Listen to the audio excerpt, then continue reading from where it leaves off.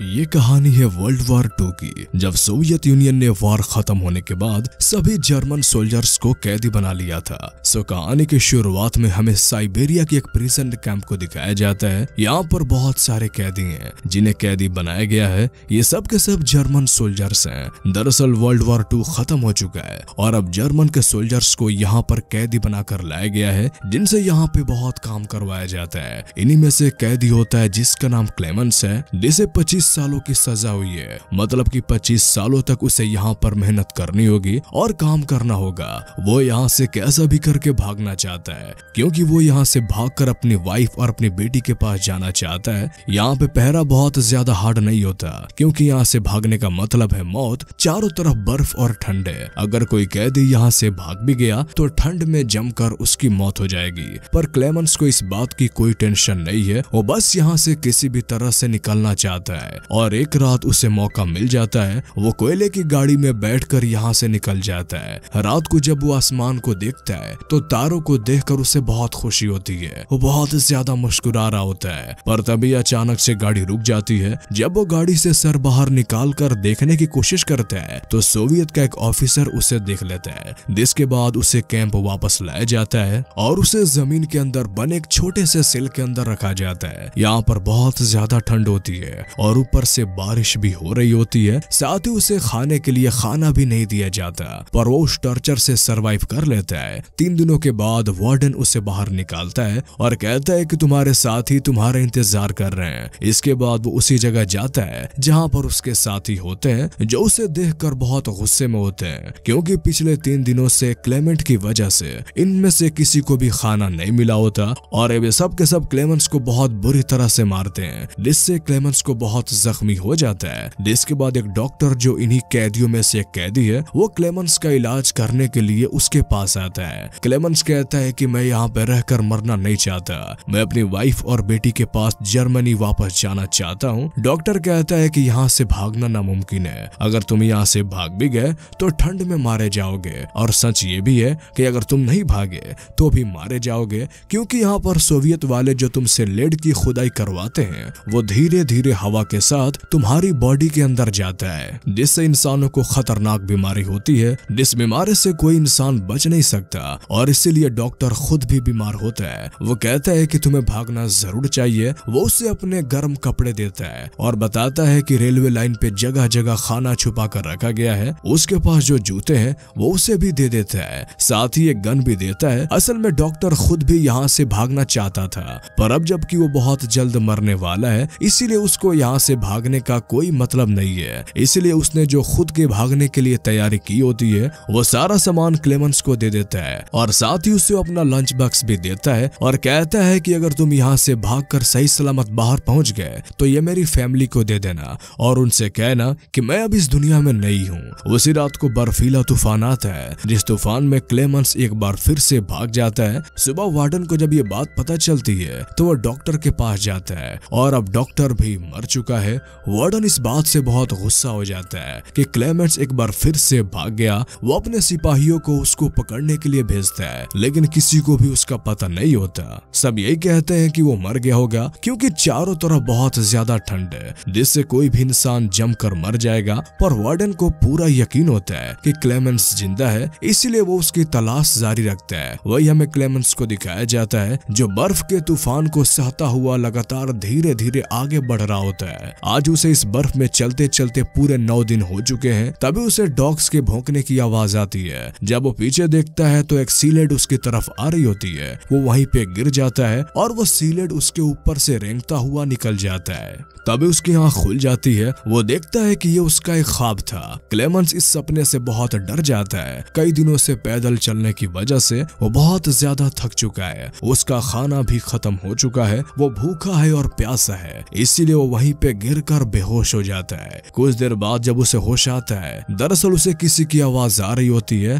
तभी वो देखता है कि उसके सामने एक सील है। वो अपनी गन निकालकर उस पे फायर करता है, लेकिन गोली सील को नहीं लगती। सील वहां से भागने लगती है। क्लेमेंस उसका पीछा करता है और तभी वो एक बर्फ के चट्टान के पीछे चली जाती है। पर इससे पहले कि वो उसकी आंखों से दूर हो जाती, क्लेमेंस उस पर निशाना लगाता है और उसकी गोली सही निशाने पे लग जाती है, जिससे सील मर जाती है। इसका मतलब ये है कि अब क्लेमेंस के पास खाना भी है। क्लेमेंस ने आज कई दिनों के बाद भरपूर खाना खाया है। इसके बाद वो थोड़ी देर के लिए आराम करता है और आराम करने के बाद वो एक बार फिर से यहाँ से निकल जाता है। उसके पास एक कंपास भी होता है जिससे वो अपनी डायरेक्शन लगातार देखता रहता है। साथ ही वो अपने दिमाग को एक्टिव रखने के लिए वो हमेशा अपने आप से बातें करता रहता है। वो 2 महीनों से लगातार चल रहा है और एक दिन उसे अपने सामने एक सूखा हुआ पेड़ दिखता है जिसे देखकर वो बहुत खुश हो जाता है। आज 2 महीनों के बाद उसने किसी ऐसी चीज को देखा है जो इस बात का मतलब है कि वो आर्कटिक के बर्फीले पहाड़ों से अब बाहर आ चुका है। वही दूसरी तरफ वार्डन को दिखाया जाता है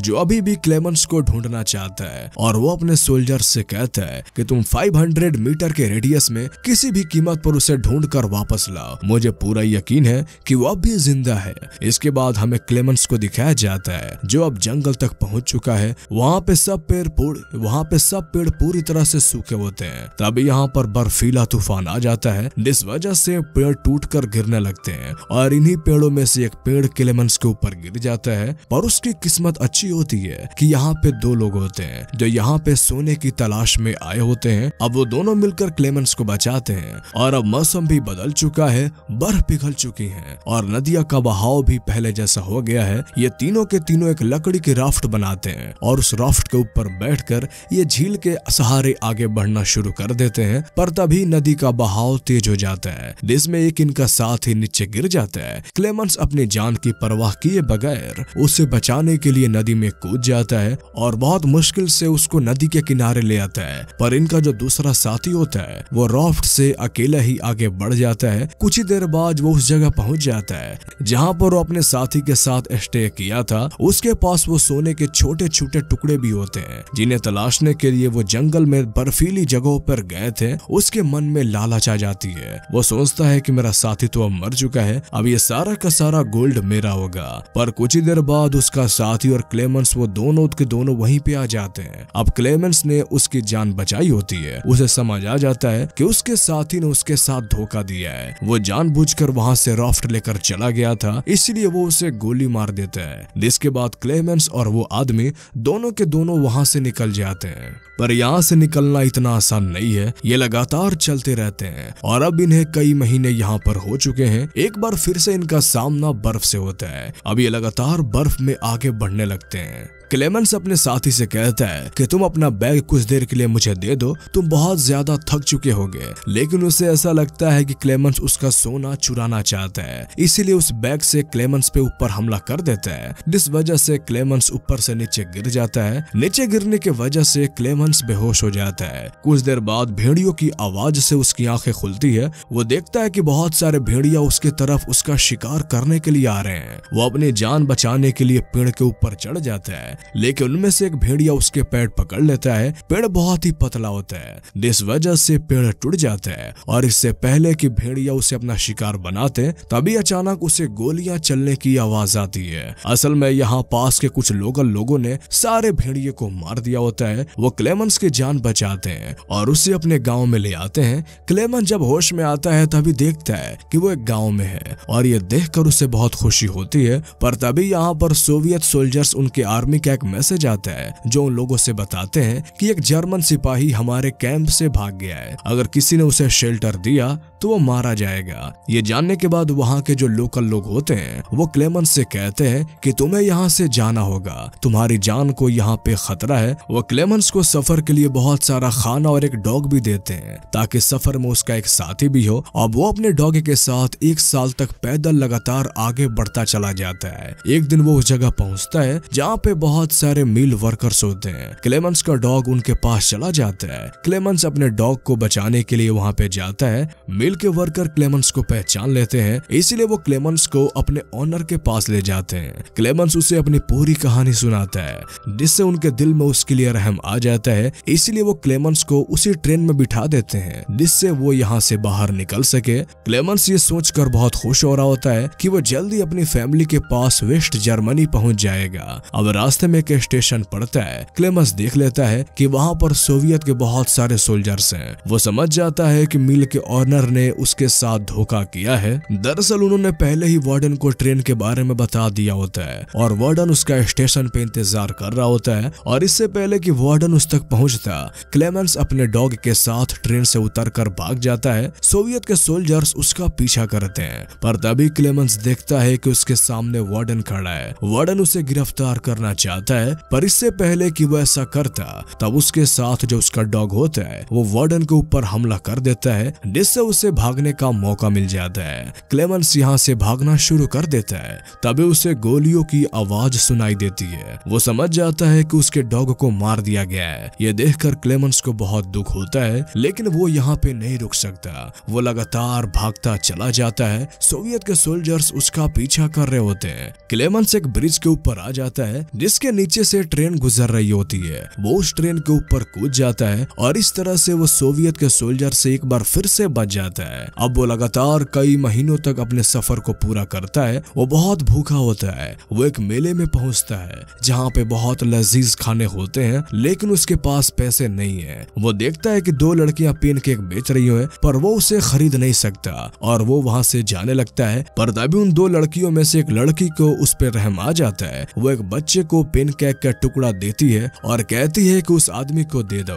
क्लेमेंस उसे खाकर बहुत खुश होता है। असल में वो अब सेंट्रल एशिया तक पहुंच चुका है और यहाँ पे एक ज्यूश आदमी उसे देख लेता है और उसे वहाँ पे शक होता है। इसके बाद वो उसका पीछा करता है। क्लेमेंस एक चर्च में जाता है जहाँ पर वो प्रे करता है। तब वो ज्यूश आदमी इसके पास आता है। वो कहता है कि मैं भी एक कैदी था, तुम टेंशन मत लो, मैं तुम्हारी मदद करूंगा। और वो उसे अपने घर ले आता है जहाँ पर उसने कई सालों के बाद शेव की है और आज वो कई साल बाद अपने असली रूप में आया है। वो ज्यूश आदमी उसके लिए एक पासपोर्ट बनाता है और कहता है कि तुम अपने घर वापस जा सकते हो। क्लेमेंस बहुत ज्यादा इमोशनल हो जाता है। वो ईरानियन बॉर्डर पे जाता है जहाँ पर अपना पासपोर्ट दिखाता है और उसे बॉर्डर क्रॉस करने की इजाजत मिल जाती है। क्लेमेंस ये सोचकर बहुत खुश होता है कि अब वो अपने घर और अपनी फैमिली के पास वापस पहुंच जाएगा। और जब वो ब्रिज को क्रॉस कर रहा होता है तभी उसकी आंखों पे रोशनी पड़ती है और अगले पल वो देखता है कि उसके सामने वार्डन खड़ा है। वो पीछे मुड़कर देखता है और उसे एहसास होता है कि अभी भी वो सोवियत का जमीन पे है। इसका मतलब ये है कि वार्डन उसे गिरफ्तार कर सकता है। ये देखकर वो पूरी तरह से टूट जाता है, क्योंकि उसकी 7 सालों की मेहनत बर्बाद हो गई। आज से 7 साल पहले वो सोवियत के जेल से भागा था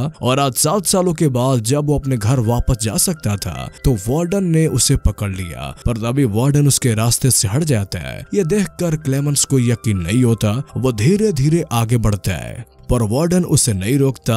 असल में क्लेमेंस भागा होता है और वार्डन भी जिद किया होता है कि वो उसे गिरफ्तार करेगा। अब यहाँ पे जब क्लेमेंस मिलता है तो वो उसे गिरफ्तार नहीं करता, पर वार्डन की भी जिद होती है, क्योंकि 7 साल पहले उसने कसम खाई थी कि वो किसी भी कीमत पर क्लेमेंस को पकड़ लेगा और आज उसने पकड़ लिया। इसका मतलब ये कि क्लेमेंस की जीत हुई और उसे वो वहाँ से जाने देता है। इसके बाद क्लेमेंस वेस्ट जर्मनी पहुंच जाता है जहाँ पर उसका घर है और आज क्रिसमस का दिन होता है और वो देखता है कि उसकी वाइफ और उसकी बेटी चर्च के लिए निकल रही होती हैं। क्लेमेंस उनका पीछा करता है और वो चर्च में पहुंच जाता है जहां चर्च में उसकी बेटी उससे देख लेती है और अपने डैड को पहचान लेती है और उससे गले लग जाती है। और इस तरह से क्लेमेंस कई सालों के बाद अपनी फैमिली से मिल लेता है। ये काफी इमोशनल मोमेंट होता है जब दोनों पति पत्नी और उसकी बेटी मिलते हैं।